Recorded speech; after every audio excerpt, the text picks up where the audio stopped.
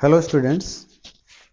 तो मैं आज आपको बताऊंगा फैराडेज लॉ के बारे में। ठीक है, फैराडेज लॉ क्या है? तो फैराडेज लॉ के बारे में जानने से पहले आपको फ्लक्स के बारे में तो पता ही होगा। फ्लक्स क्या होता है?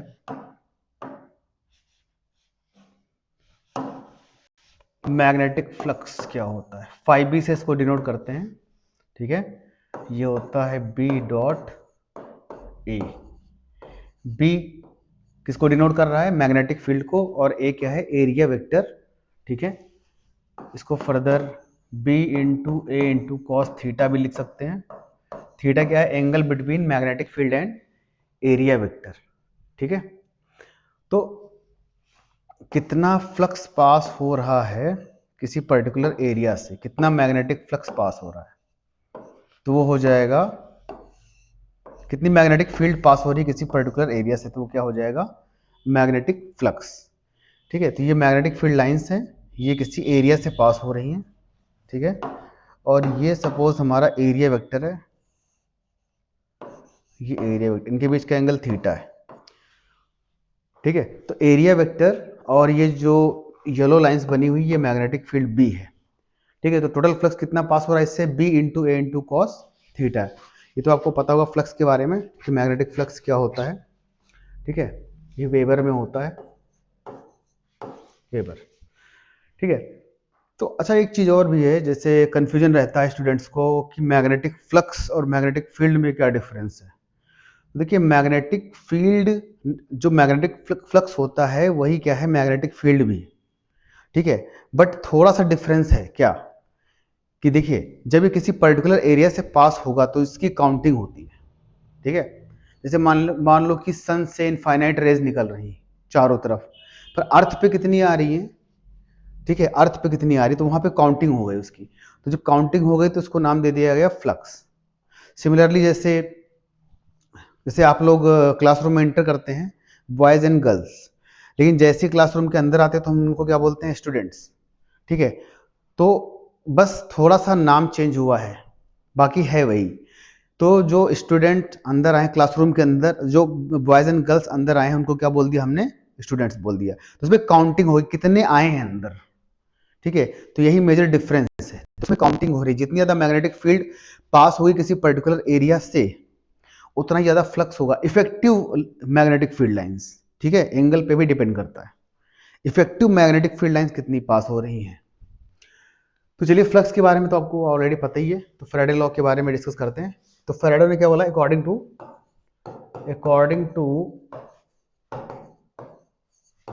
Faraday's law, according to Faraday's law, induce EMF, इसको मैं इससे डिनोट कर रहा हूं। ठीक है, induce EMF is directly proportional to is directly proportional to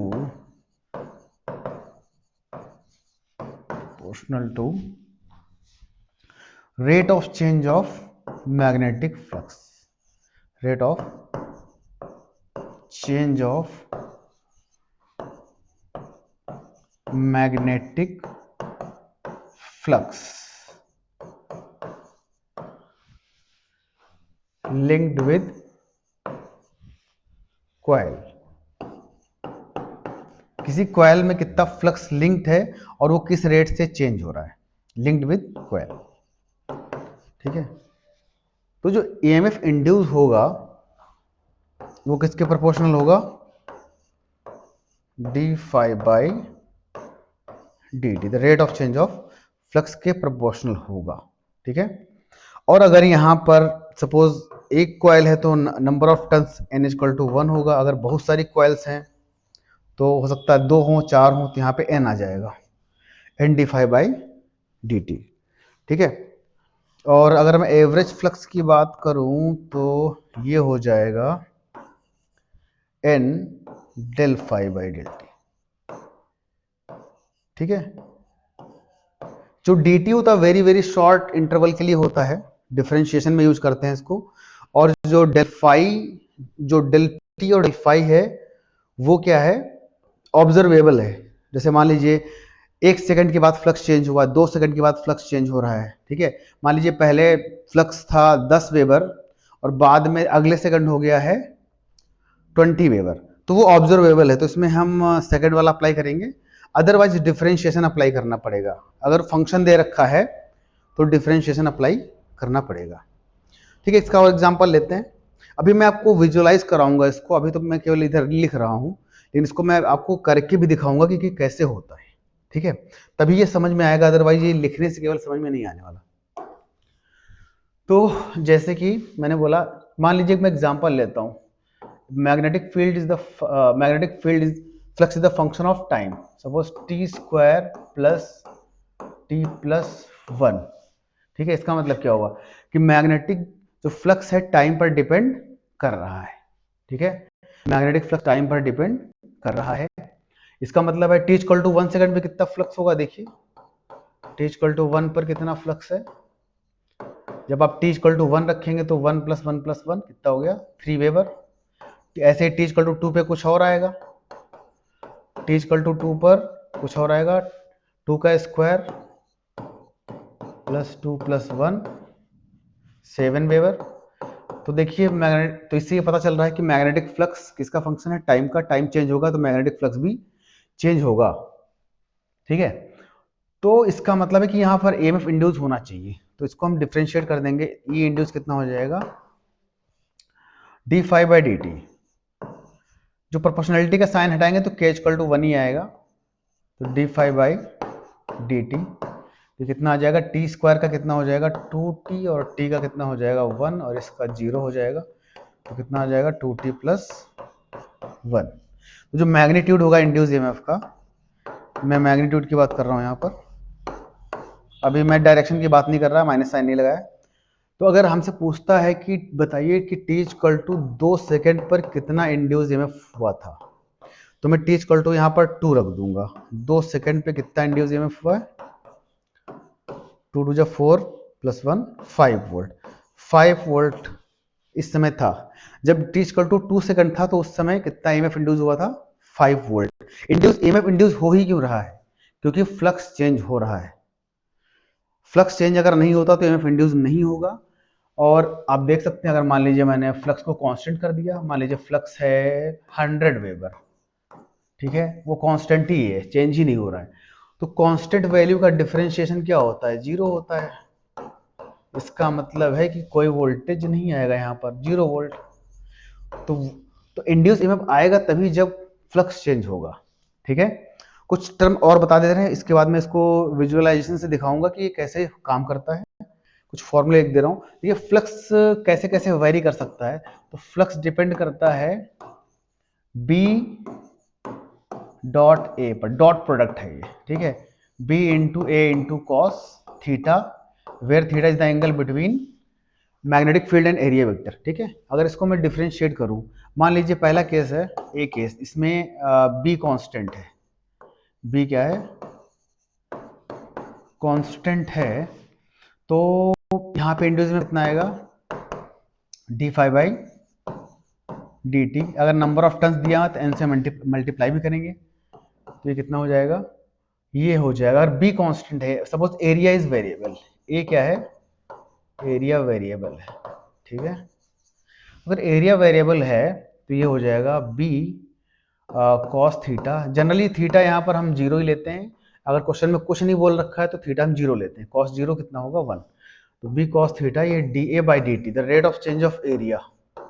example इसका क्या हो सकता है, जैसे उसने बोल दिया कि एरिया बढ़ रहा है, ठीक है। मान लीजिए एग्जाम्पल के लिए एरिया बढ़ रहा है 2 मीटर स्क्वायर पर सेकेंड, इससे एरिया बढ़ रहा है, तो D A by D T की वैल्यू कितनी हो जाएगी, 2 मीटर स्क्वायर।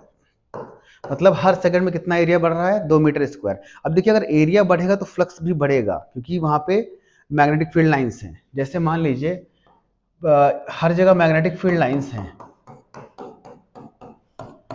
तो अगर छोटा एरिया लेंगे तो कम फ्लक्स आएगा। मैं आपको दिखा दे रहा हूं यहाँ पर, अगर आप, मैं कलर चेंज करके दिखा रहा हूं, अगर आप छोटा एरिया लेंगे तो फ्लक्स कम आएगा, बड़ा एरिया लेंगे तो फ्लक्स ज्यादा आएगा, ठीक है। तो इसका मतलब फ्लक्स चेंज हो रहा है ना, छोटा, अब जब ये छोटा सर्कल था यहाँ पे तो एरिया कम था तो फ्लक्स भी कम था इसके अंदर, लेकिन जब सर्कल बड़ा हो गया तो एरिया भी बड़ा हो गया। ठीक है, एरिया बड़ा होगा तो फ्लक्स भी ज़्यादा होगा, ज़्यादा होने का मतलब फ्लक्स चेंज हो रहा है, तो इसका मतलब यहाँ पे इंड्यूस ईएमएफ आएगा। ठीक है, तो ये आपका इसका एग्जाम्पल हो गया। न्यूमेरिकल में आपको बाद में ही कराऊंगा। ठीक है, इसके बाद मैं आपको केवल हिंट दे रहा हूँ यहाँ पर, और फिर मैं एक काम करता हूँ, इसका बी पार्ट भी कर दे रहा हूँ। सपोज थीटा भी यहाँ पे कांस्टेंट ही है, थीटा को मैंने चेंज नहीं किया है, थीटा भी क्या है, कांस्टेंट। ठीक है, अगर दूसरा केस है, अगर मान लीजिए एरिया कांस्टेंट है, एरिया को मैं कांस्टेंट कर रहा हूँ, एरिया इज कांस्टेंट, और मैग्नेटिक फील्ड वेरिएबल है, मैग्नेटिक फील्ड क्या है, वेरिएबल। तो अगर मैग्नेटिक फील्ड वेरिएबल है और थीटा को भी मैं कांस्टेंट ही ले रहा हूँ, जो एंगल गिवन होगा वही रखेंगे, तो इस केस में क्या हो जाएगा, ए इंड्यूस हो जाएगा।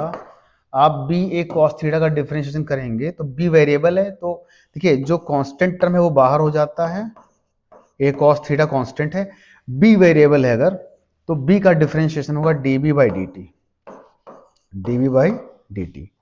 ठीक है, अब इससे मान लीजिए इसका एग्जांपल लेता हूँ, डीबी बाई डी क्या हो सकता है। सपोज मान लीजिए कि जो मैग्नेटिक फील्ड है, सपोज ये चेंज हो रही है 0.2 टेस्ला पर सेकेंड, हर एक सेकंड में मैग्नेटिक फील्ड क्या है, बढ़ रही है, कम हो रही है 0.2 से। ठीक है, मान लीजिए पहले कितनी थी, 10 टेस्ला थी, फिर बढ़ करके हो गई 10.2 टेस्ला अगले सेकंड में, फिर अगले सेकंड में कितना हो गई 10.4 टेस्ला। ऐसे मैग्नेटिक फील्ड बढ़ रही है। या फिर magnetic field is the function of time भी हो सकता है। सपोज जैसे b इक्वल टू मैंने भी लिया 5t², तो dB बाई dt कितना हो जाएगा, 10t हो जाएगा। ठीक है, तो ऐसे भी हो सकता है, तो इस तरह के क्वेश्चंस आ सकते हैं इसमें। ठीक है, तो dB बाई dt भी हो सकता है वहां पर। ठीक है, और एंगल चेंज करेंगे तो आपका साइन कॉस साइन वेव बनेगा आपका, या कॉस वेव बन सकता है। ठीक है, अगला, अगर मान लीजिए एंगल चेंज कर रहे हैं, तो अगर एंगल चेंज करेंगे तो देखिए देखिए पहली बात तो एंगल अगर आप चेंज करेंगे सी पार्ट में, तो एक काम करते हैं, जो ओमेगा होता है वो होता है D theta by D T. The rate of change of angular displacement is called angular velocity. Suppose area वो लगातार रोटेट कर रहा है, ठीक है, सपोज कॉइल लगातार रोटेट कर रही है, अगर कॉइल लगातार ओमेगा वेलोसिटी से रोटेट कर रही है तो इसका एरिया वेक्टर भी ओमेगा वेलोसिटी से रोटेट करेगा। तो इस केस में क्या करेंगे हम, इंड्यूस ईएमएफ क्या हो जाएगा, B कांस्टेंट बाहर आ गया, A कांस्टेंट बाहर आ गया, क्या बच रहा है, कॉस। तो कॉस बच रहा है यहाँ पर, तो कॉस का कितना हो जाएगा, d by D T of cos theta. ठीक है, d by D T of cos theta, तो ये कितना आएगा, ए इंड्यूस बी ए कॉस का कितना हो जाएगा, माइनस साइन थीटा, फिर D theta by D T, chain rule. ठीक है, तो यहाँ पे क्या हो जाएगा, ये हो जाएगा आपका बी ए ओमेगा साइन थीटा।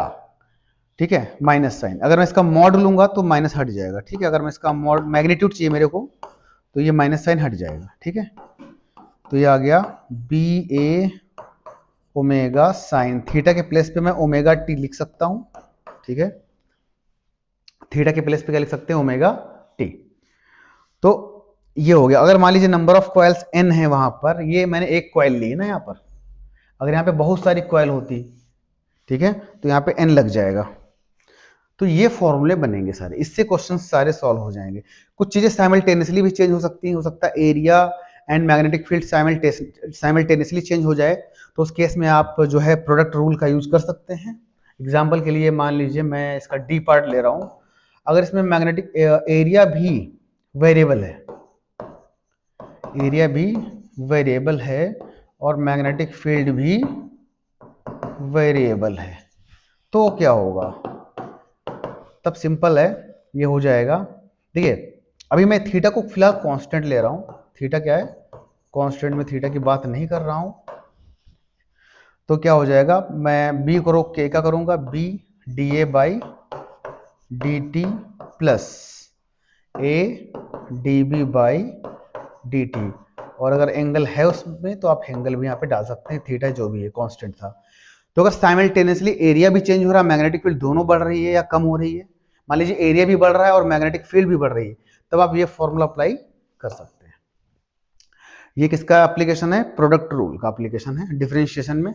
ठीक है, तो आगे बढ़ते हैं, इसको अच्छे से समझने के लिए। ये तो मैंने मैथमेटिकल फॉर्म में इसको समझाया है, अब इसको समझते थोड़ा अदर फॉर्म में इसको समझने की कोशिश करते हैं। ठीक है, चलिए पहली बात तो मैं फ्लक्स की बात कर रहा हूं।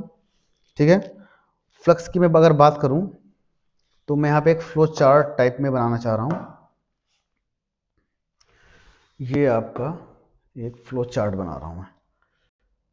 ठीक है, मान लीजिए इसको थोड़ा बड़ा कर देते हैं। आप फ्लक्स को एज्यूम करिए, आप फ्लक्स को एज्यूम क्या करेंगे? जो फ्लक्स है, फ्लक्स को आप एज्यूम कर सकते हैं क्या क्या? आप फ्लक्स, एक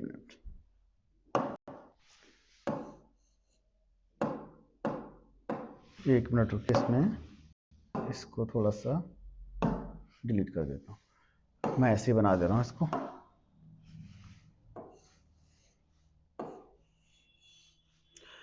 देखिए फ्लक्स, मैग्नेटिक फ्लक्स को आप एज्यूम करिए सराउंडिंग्स। मान लीजिए सराउंडिंग में आपके क्या क्या है? मान लीजिए फैमिली, और क्या है? फ्रेंड्स, और जो आसपास का सराउंडिंग है। ठीक है, जैसे बिल्डिंग्स है, मॉल है, बस है, कार है, ये सारी आपकी सराउंडिंग्स में आ गई। सराउंडिंग, ठीक है, तो इसको हम फ्लक्स एज्यूम कर लेते हैं। अगर इसको हम फ्लक्स एज्यूम कर रहे हैं, कौन सा फ्लक्स? Magnetic flux. ठीक है, अगर इसमें मैग्नेटिक फ्लक्स में अगर चेंज आएगा, ठीक है, इन सब में अगर चेंज आएगा तो हमारे अंदर थॉट प्रोड्यूस होगा। अगर मैग्नेटिक फ्लक्स चेंज होगा तो इंड्यूस ईएमएफ को मैं क्या ले रहा हूं यहां पर? इंड्यूस ईएमएफ को ले रहा हूं रिस्पॉन्स। रिस्पॉन्स मतलब लाइट का जलना। ठीक है, लाइट का जलना। ठीक है, तो इंड्यूस ईएमएफ तभी होगा जब ये सारी चीजें चेंज। रिस्पॉन्स में, रिस्पॉन्स को मैं जनरली इसको थॉट्स से ले रहा हूं, थॉट्स का प्रोडक्शन। थॉट्स में भी एक्स्ट्रा थॉट्स आएंगे, वैसे तो थॉट्स जनरली हमारे दिमाग में चलते रहते हैं। तो फिर से आप समझ लीजिए, फ्लक्स को मैं क्या ले रहा हूं? Family, friends, surroundings. ठीक है, आसपास की चीजें, और जो इंड्यूस ईएमएफ आया है, जो रिस्पॉन्स आया है, उसको मैं एक्स्ट्रा थॉट्स से या फिर दिमाग की बत्ती, ठीक है, इससे मैं डिनोट कर रहा हूं। ठीक, तो अब ये क्या है, इसको मैं थोड़ा सिमुलेशन से थोड़ा समझाने की कोशिश करता हूं। तो आप इसको देखिए, देखिए यहां पर, अब देखिए यहां पर क्या हो रहा है। ये मैग्नेट है, ये हमारा मैग्नेट है, और इसमें से मैग्नेटिक फील्ड लाइंस निकल रही हैं। ठीक है, नॉर्थ से इधर निकल रही है मैग्नेटिक फील्ड लाइंस, और ये कॉइल दी हुई है। अब इस जैसे जैसे मैं मैग्नेट को आगे बढ़ा रहा हूं तो इसमें फ्लक्स क्या हो रहा है? चेंज हो रहा है। फ्लक्स क्या हो रहा है? बढ़ रहा है।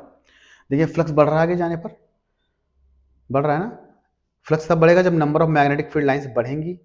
जब तक हम ऐसे ही इसको रख रहे हैं मैग्नेट को स्टेशनरी, तो कोई भी इसमें बल्ब में कोई ग्लो देखने को नहीं मिल रहा है। लेकिन जैसे ही मैंने फ्लक्स को चेंज कराया, मतलब मैग्नेट को आगे लाना पड़ेगा, तो मैंने फ्लक्स को चेंज कराया, या पीछे भी ले जा सकते हैं।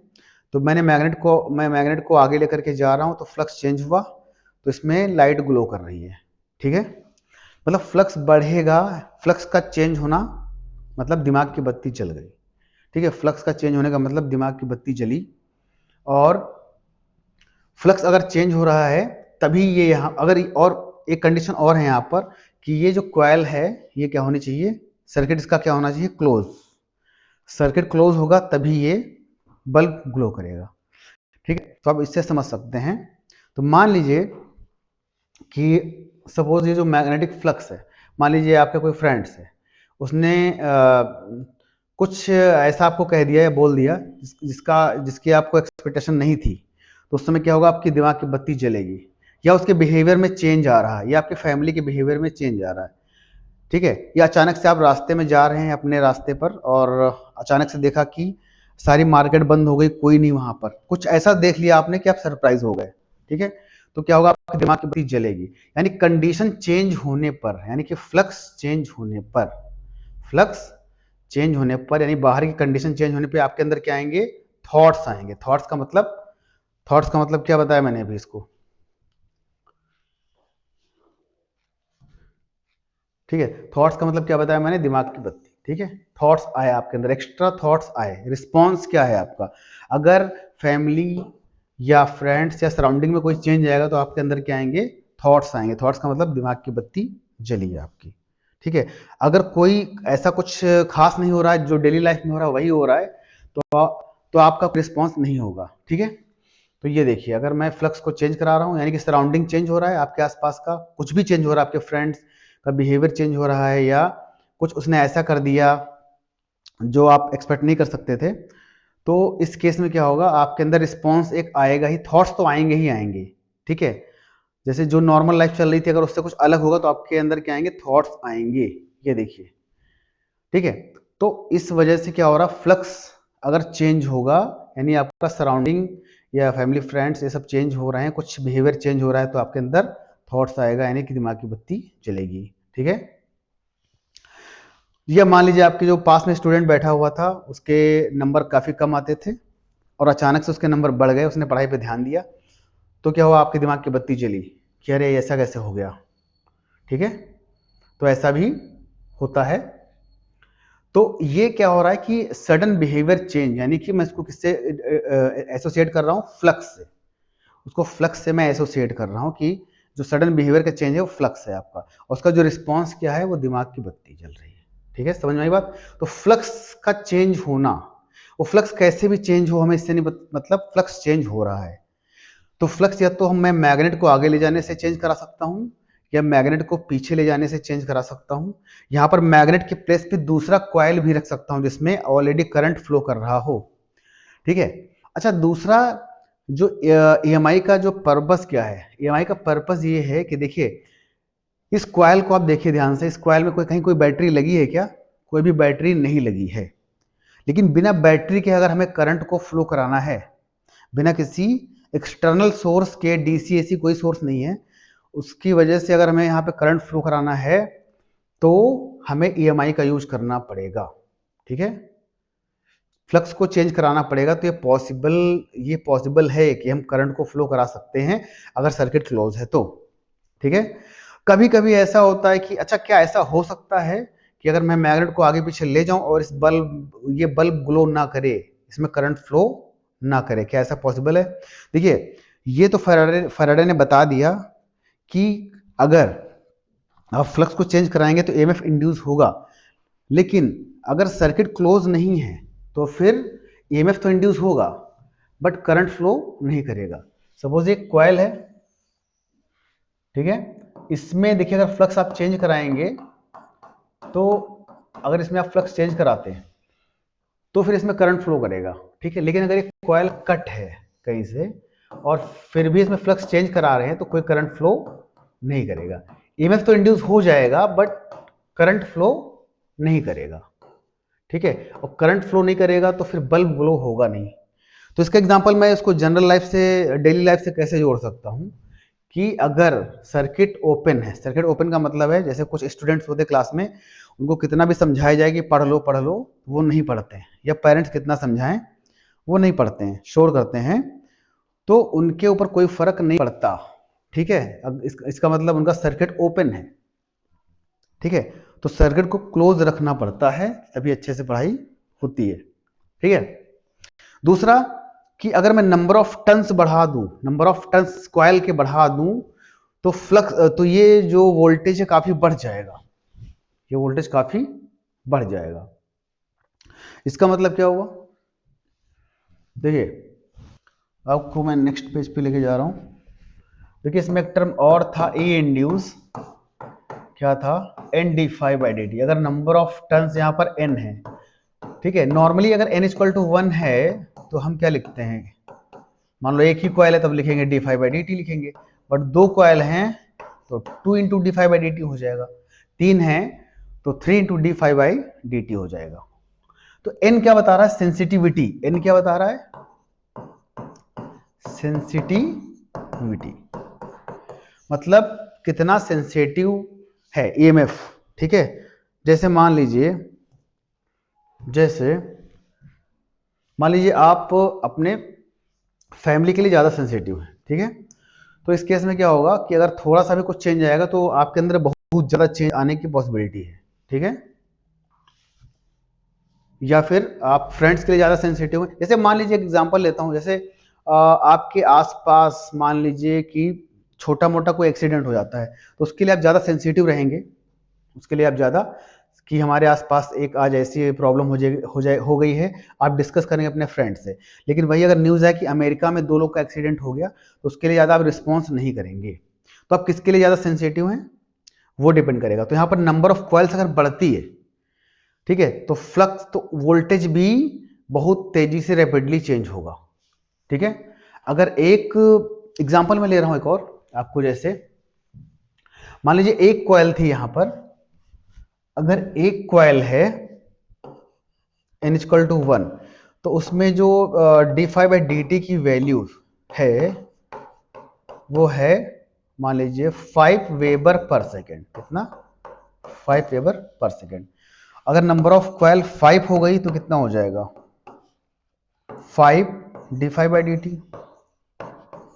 कितना हो गया? 5 इंटू 5 25 वेबर पर सेकेंड। तो देखिए एक कॉइल से 5 वेबर चेंज हो रहा था और अब कितना हो गया? 25 हो गया। तो टोटल कॉइल का फ्लक्स मिला करके कितना हुआ? 5 इंटू 5 25 वेबर पर सेकेंड चेंज हो रहा है। तो ये ज़्यादा सेंसिटिव हो गया। अगर आपने नंबर ऑफ कॉइल्स बढ़ा दिए तो ज़्यादा सेंसिटिव हो गया, ठीक है। तो इससे क्या होगा? जब ज़्यादा सेंसिटिव होगा तो ज़्यादा ईएमएफ भी आएगा, उतना ही ज़्यादा इंड्यूस ईएमएफ भी आएगा। एन बढ़ेगा तो इंड्यूस ईएमएफ भी बढ़ेगा, एन कम होगा तो इंड्यूस ईएमएफ कम हो जाएगा, ठीक है। तो ये था फैराडेज लॉ। लेकिन एक चीज और भी है इसमें, फिर आपका आएगा लेंज लॉ, ठीक है। तो जो मॉडिफाइड फैराडेज लॉ था, अब इसके बारे में भी देख लीजिए। मॉडिफाइड फैराडेज लॉ, इसमें क्या हो रहा है आपका? ई इंड्यूस होगा minus N D phi by D T. ये माइनस साइन क्या इंडिकेट कर रहा है? ये अपोज कर रहा है, चेंज का अपोज कर रहा है, चेंज का अपोज कर रहा है, ठीक है। तो लेंज लॉ इसी पे ही बेस्ड है। तो मैं लेंज के लॉ के बारे में बता दे रहा हूं आपको।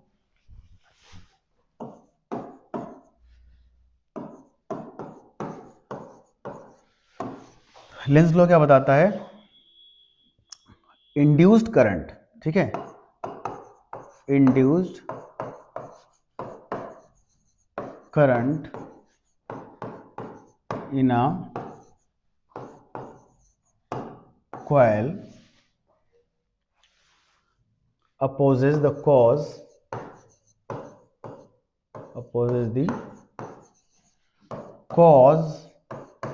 which produces it,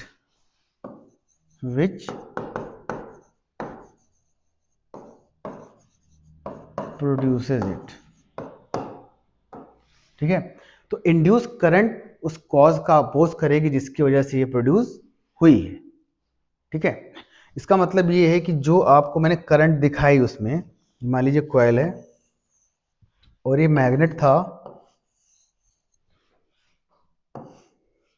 ये नॉर्थ और ये साउथ है, ठीक है। तो क्या होगा? जो इसमें करंट की डायरेक्शन आएगी, जब आप इसको मान लीजिए आप मैग्नेट को आगे लेकर के जा रहे हैं कांस्टेंट v वेलोसिटी से, तो इसमें फ्लक्स क्या होगा? डिक्रीज होगा। जो फ्लक्स इससे लिंक्ड होगा वो डिक्रीज होगा, ठीक है। तो इसमें क्या आएगा? करंट। तो करंट का डायरेक्शन ऐसा होगा कि वो उस कॉज का अपोज करेगा जिसकी वजह से इसमें ये प्रोड्यूस हुआ है, ठीक है। तो अगर आप इसको आगे ले जाएंगे तो इसमें करंट की डायरेक्शन क्या होगी? क्या आप बता सकते हैं? इसका अपोज कैसे होगा? कॉज क्या है? उस कॉज का अपोज करेगी। तो कॉज क्या है यहां पर जो मैग्नेटिक फ्लक्स को चेंज करा रहा है कॉइल के अंदर? क्या आप बता सकते हैं कॉज क्या है? कॉज है मोशन ऑफ मैग्नेट। अगर ये मैग्नेट ना चलता तो फ्लक्स चेंज नहीं होता। तो इसका अपोज कैसे होगा? अपोज कैसे होगा? इसको रोकना पड़ेगा। इसको क्या करना पड़ेगा? रोकना पड़ेगा। तो मैग्नेट किधर जा रहा है? Right side. तो इस पे फोर्स किधर लगेगा? Left side. ठीक है, फोर्स किधर लगेगा? Left side. तो लेफ्ट साइड फोर्स लगने के लिए क्या होना पड़ेगा? इसको साउथ होना पड़ेगा और इधर नॉर्थ होना पड़ेगा, क्योंकि मैग्नेट जा रहा है राइट साइड और इसको ये रोकेगा कैसे? कॉइल। इसको रोकने के लिए क्या करना पड़ेगा? इसको साउथ बनना पड़ेगा। इसका जो फ्रंट है उसको साउथ बनना पड़ेगा और तभी इसको अट्रैक्ट करेगा मैग्नेट को, फिर मैग्नेट आगे नहीं जा पाएगा। ठीक है, तो इस केस में इसको साउथ बनना पड़ेगा। तो साउथ के लिए क्या होगा? करंट की डायरेक्शन क्या होगी उस एंड से? तो ये नॉर्थ हो गया, तो ये हो जाएगी ये डायरेक्शन करंट की। ठीक है, इधर से आप देखेंगे तो ये क्लॉकवाइज है। ठीक है, तो क्लॉकवाइज डायरेक्शन होनी चाहिए। और अगर आप मैग्नेट को पास लाएंगे तो क्या होगा? तो उल्टा हो जाएगा इसका। ठीक है, अगर आप मैग्नेट को पास लाएंगे तो ये नॉर्थ बन जाएगा फ्रंट वाला हिस्सा और ये जो बैक वाला है वो साउथ बन जाएगा, मतलब मोशन का अपोज करेगा। तो सिमिलरली ऐसे ही है कुछ। अच्छा, दूसरी चीज ये है कि इसमें जो करंट फ्लो कर रहा है, एक चीज और बताना चाहेंगे, तो ये प्रिंसिपल बेस्ड है। This principle is based on this principle is based on conservation of energy. Conservation of energy मतलब क्या हुआ इसका? देखिए, आपने उसमें करंट फ्लो कराया। ठीक है, कॉइल में करंट फ्लो हुआ due to change of magnetic flux. तो करंट अगर फ्लो होगा तो उसमें हीट डिसिपेटेड होगा, उसमें इलेक्ट्रिकल एनर्जी फ्लो कर रही है। ठीक है, तो वो एनर्जी फ्री में तो मिलेगी नहीं आपको, वो एनर्जी फ्री में तो मिलेगी नहीं। ठीक है, अगर एनर्जी फ्री में नहीं मिल रही है, फिर से आप देख लीजिए, जैसे मैग्नेट को आप आगे ले गए, मैग्नेट को आप आगे ले गए, इसमें करंट फ्लो हुआ, इसमें करंट फ्लो हुआ और करंट फ्लो हुआ इसका मतलब इसका कुछ रेजिस्टेंस भी होगा। तो करंट, अच्छा, इंड्यूस करंट कैसे निकालेंगे आप देख भी सकते हैं। ये हो जाएगा E induce by resistance of the coil. मान लीजिए इसका जो रेजिस्टेंस है वो R है। ठीक है, तो करंट तो यहां से आ जाएगा। I क्या होता है? V by R, according to the Ohm's law. I क्या होता है? V by R. तो इसमें जो करंट आ रहा है तो इसका मतलब इसमें पावर डिसिपेटेट हो रहा होगा। ठीक है, इलेक्ट्रिकल एनर्जी इसमें है, यानी पावर डिसिपेटेट हो रहा है। P equal to V into I, P equal to V into I. Heat के फॉर्म में पावर डिसिपेटेट हो रहा है यहाँ पर। तो फिर ये एनर्जी कहाँ से आई? अगर ये एनर्जी अपने आप आ रही है तो फिर कंजर्वेशन ऑफ एनर्जी का लॉ वायलेट हो जाएगा, क्योंकि आपको फ्री एनर्जी कहीं नहीं मिलने वाली है। ठीक है, एक्स्ट्रा एनर्जी आप प्रोड्यूस नहीं कर सकते। तो फिर क्या किया? देखिए, ये जब साउथ बना था और ये नॉर्थ था, तो जब अब आप इसको राइट साइड ले जाएंगे तो आपको एक एक्सटर्नल फोर्स लगाना पड़ेगा इसको ले जाने के लिए।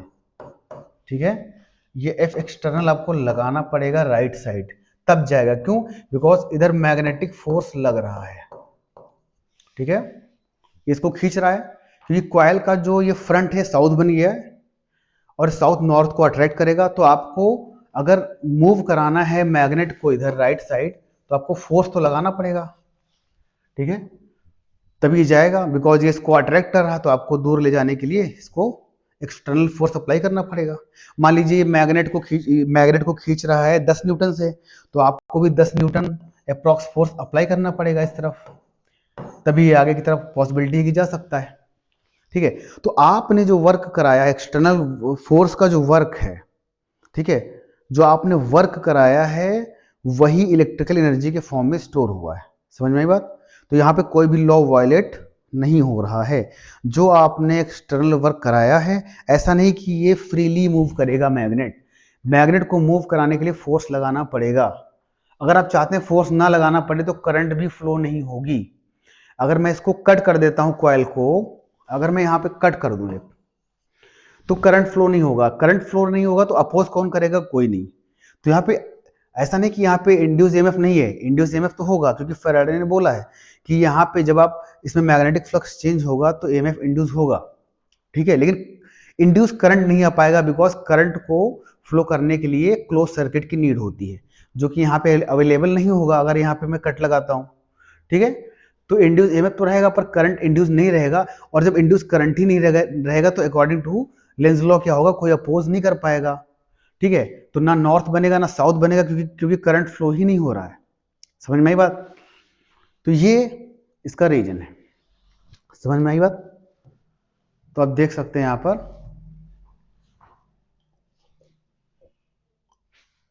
पर, आप इसको देख सकते हैं, ठीक है। ये इसको मैं आगे पीछे मूव कराऊंगा, और आप जितनी तेजी से मूव कराएंगे उतना ही ज्यादा ग्लो आएगा, ठीक है।